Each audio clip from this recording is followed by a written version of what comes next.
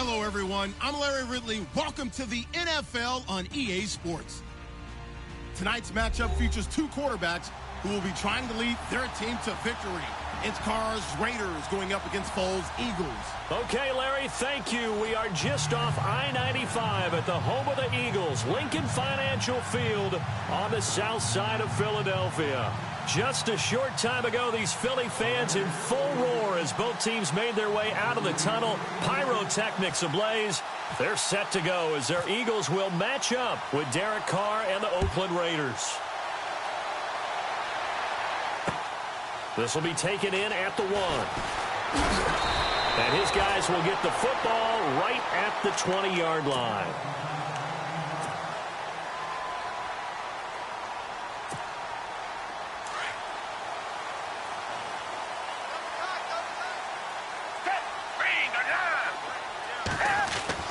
Now Foles.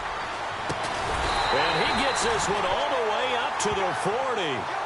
And even 20 yards and a first down on the game's very first play. As far as tight ends go, this guy's not a speed burner. He's much more of an inline blocking type of a tight end.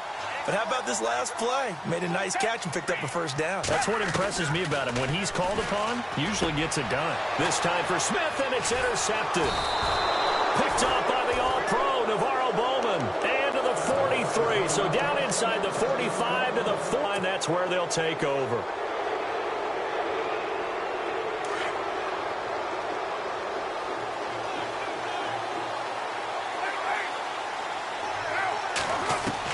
Now after the INT, it's Carr.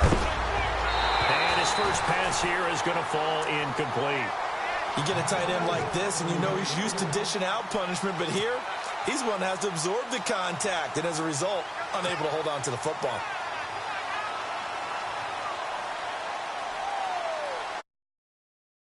Leading 10 yards, second down.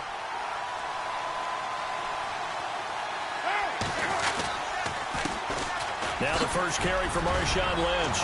And he gets it inside the 35 and just shy of the 30.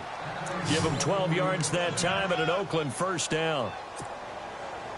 That O-line, they cleared a big hole there on that run. The athleticism of offensive lines continues to evolve, and we're seeing it here. Not only they're controlling things right at the line of scrimmage, but they're able to get upfield to get to what we call the second and the third levels. You know, get to linebacker spot, the secondary spot, getting all the way downfield with their blocking, which helps keep the running back clean. They'll try to continue that trend here this afternoon.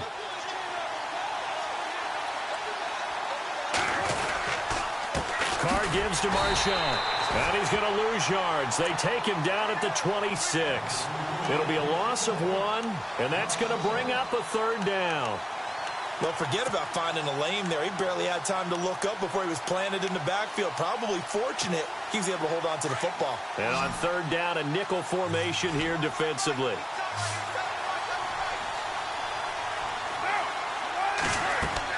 Here's Carr. Hit as he throws there, incomplete. Pressure, and that's certainly going to be a key to this game going forward. And that time, they were able to get in there and influence the throw. And remember, quarterbacks got to get rid of it. They don't have the Tucker rule that they can fall back on anymore. I don't think this will even, nope, it doesn't even get there. Well short, and this will remain a scoreless game. So a bit of a weird kick there. That wasn't an overly long attempt, but that never had a chance. You almost wonder if he might have maybe got that one on the laces because it kind of knuckled on him a bit. And this one winds up in empty possession. And he went nowhere. He'll lose yardage back to the 29. It's a loss of 4 there, bringing up second down.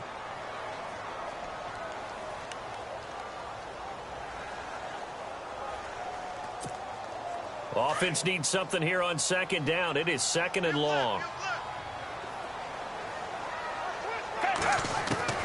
Here's Foles. The connection here with Nelson Aguilar. And he's brought down, but not before getting across midfield to the 45. A good pickup there, 26 yards.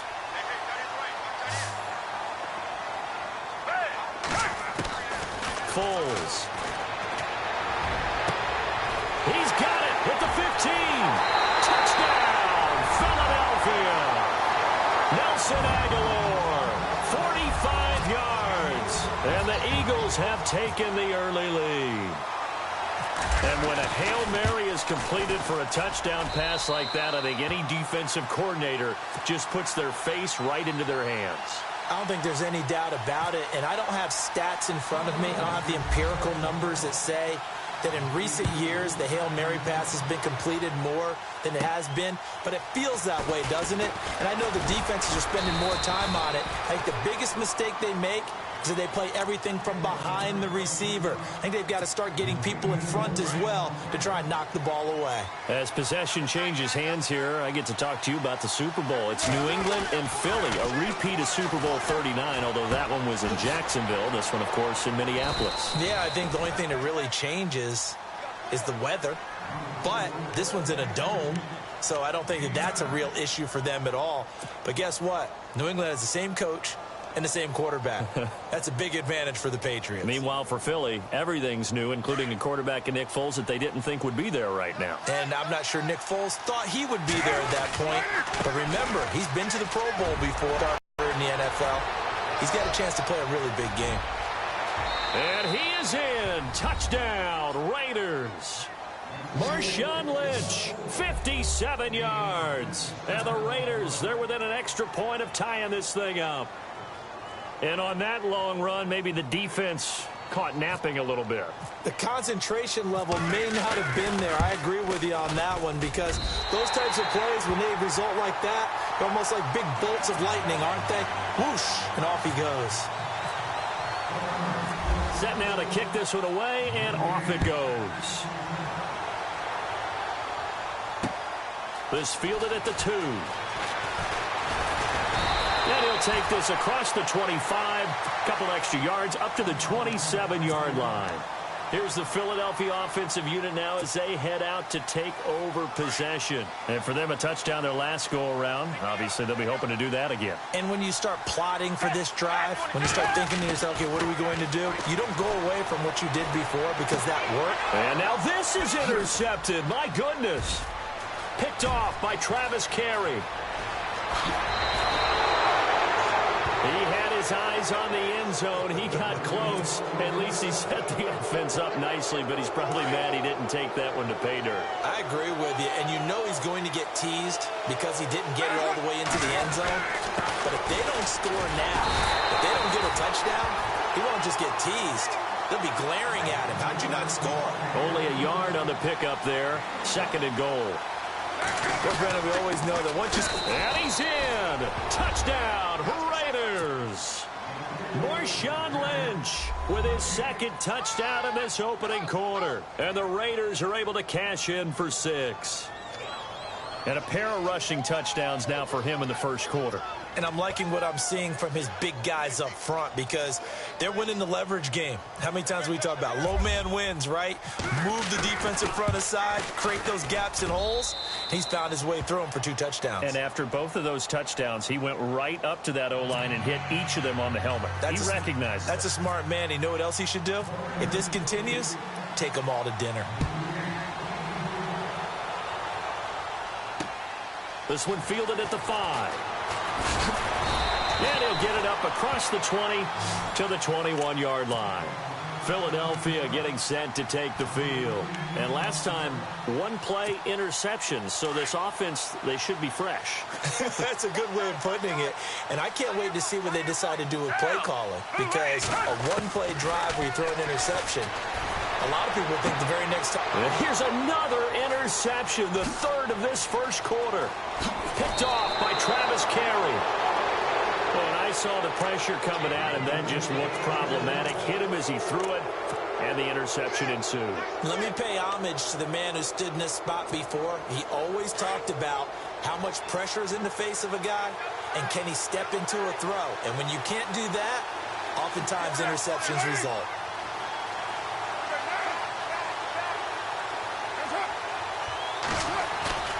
Carr to throw after the play fake to Lynch. Throw left side complete. It's Lynch. And he'll be taken down as that will take us to the end of the first quarter of play. Ready to go now in the second quarter. Brandon Gaudin, Charles Davis. It's the Raiders in possession of the football. They've got it 2nd and 4 to start things out.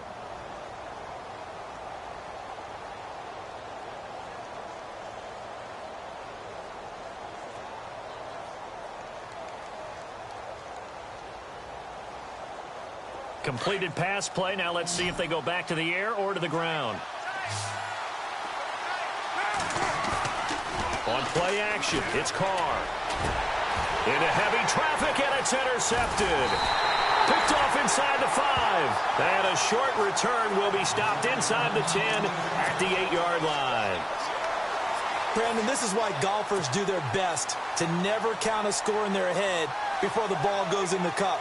This looked like a slam dunk for points on this drive, didn't it? Instead, they throw an interception, and they're going to come away empty.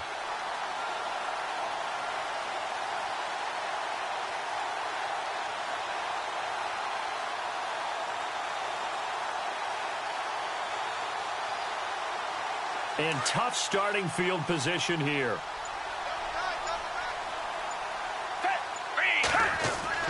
Trying to shake off the interception. He'll look to throw. And bringing it in, this is Selleck over the middle. And he's brought down, but not before they get it across the 20-yard line. A solid gain of 15 yards, and the sticks move.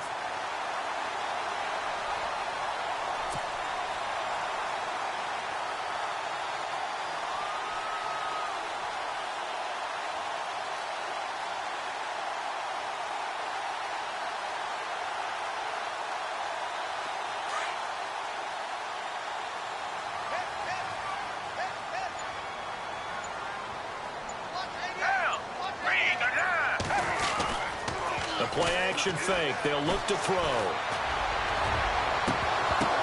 And his pass is intercepted for the 4th time today. Picked off by David Anderson. And he's going to take this one back to the 37-yard line. We haven't even escaped the first half, and he's already thrown 4 picks. And Brandon, back in the good old days, probably back before you were born, if your starter threw 4 in the first half, he might throw 8 or more for the game because they weren't going to pull him out. But nowadays, the patient... And he is in. Touchdown, Raiders. Cook, 37 yards. And the Raiders add on to their lead. When we draw up defenses on the board, we do account for every receiver. But on that particular play, somehow he was wide open, became an easy touchdown pass. Extra point attempt to follow here. And oh, it's no good. For the 2nd time now in this first half, he's missed an extra point. Out is the kickoff unit as they run up and send this one away. That's fielded in the end zone. And in hindsight, probably should have stayed where he was, as he'll only get back to the 16-yard line. Philadelphia getting set to take the field. They are looking to make a bit of a 180. They are sputtering right now. And frankly, I think it's time to call your playmakers together and say, all right, guys, we're going to lean on you through this patch. We need you to get us back on track and get us going in the right direction. So you're calling plays geared to them. Not necessarily what you look at your plays, oh, this hurts the defense. I want the ball in the hands of X, Y, and Z and see if we can move forward. So don't get too cute. Go to the playmakers. They go back to the air here after the INT on the last drive. And my goodness, another interception. Picked off by Carl Joseph. And he's able to get it back to right around the 27. The interception woes, they just continue to mount. He's thrown 5 picks. At this point, you got to be thinking, is it something between the ears?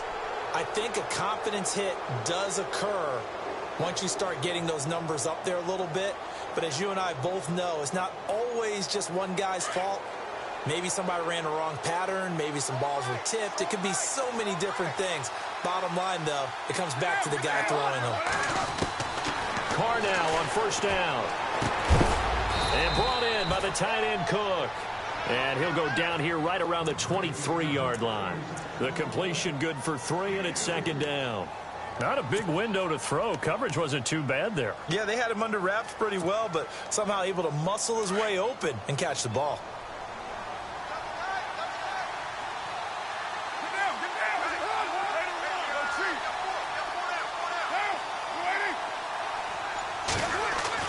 Now Carr throwing on second down. Over the middle, Amari Cooper. It's complete. And down inside the 15, shy of the 10. A Raider first down as Carr finds Cooper. It's funny when I go back to our pregame meeting with Amari Cooper, and we mentioned, what if they play man coverage against you? He almost seemed offended by it, didn't he? I'll beat it. That's basically what it said, right?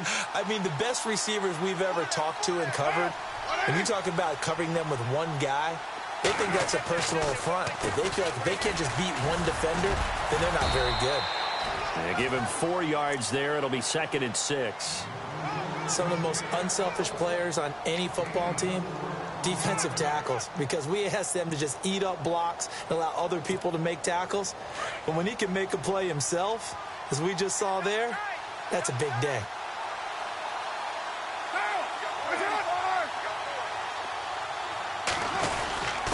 Now Carr going to give to Olawale. And he'll be taken down after a short gain as that takes us to the 2-minute warning. 2 minutes to play here in the first half. We'll come back to Philadelphia after this.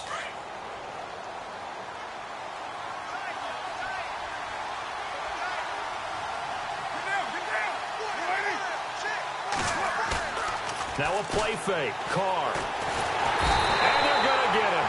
They bring him down to the sack back at the 16-yard line. Vinny Curry in there to get him for a loss of 9, and that'll lead to 4th down. So out comes the field goal team now for the second time here today.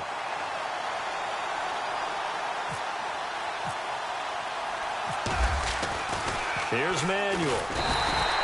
They pass up the 3, fake it. It doesn't work. Oftentimes with these gadget plays, these fakes, we focus on the offense and say, hey, they practiced this week. But the defense has practiced these situations too. And just look at it this way. The 2 owners sitting up in their boxes, one is saying, boys, my team well prepared, and the other one's like, I got to talk to my coaches. What were they thinking?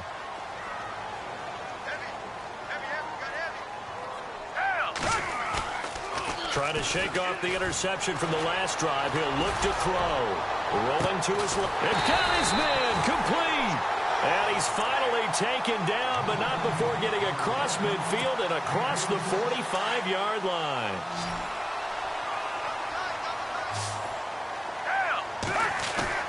Now a play fake here on first down.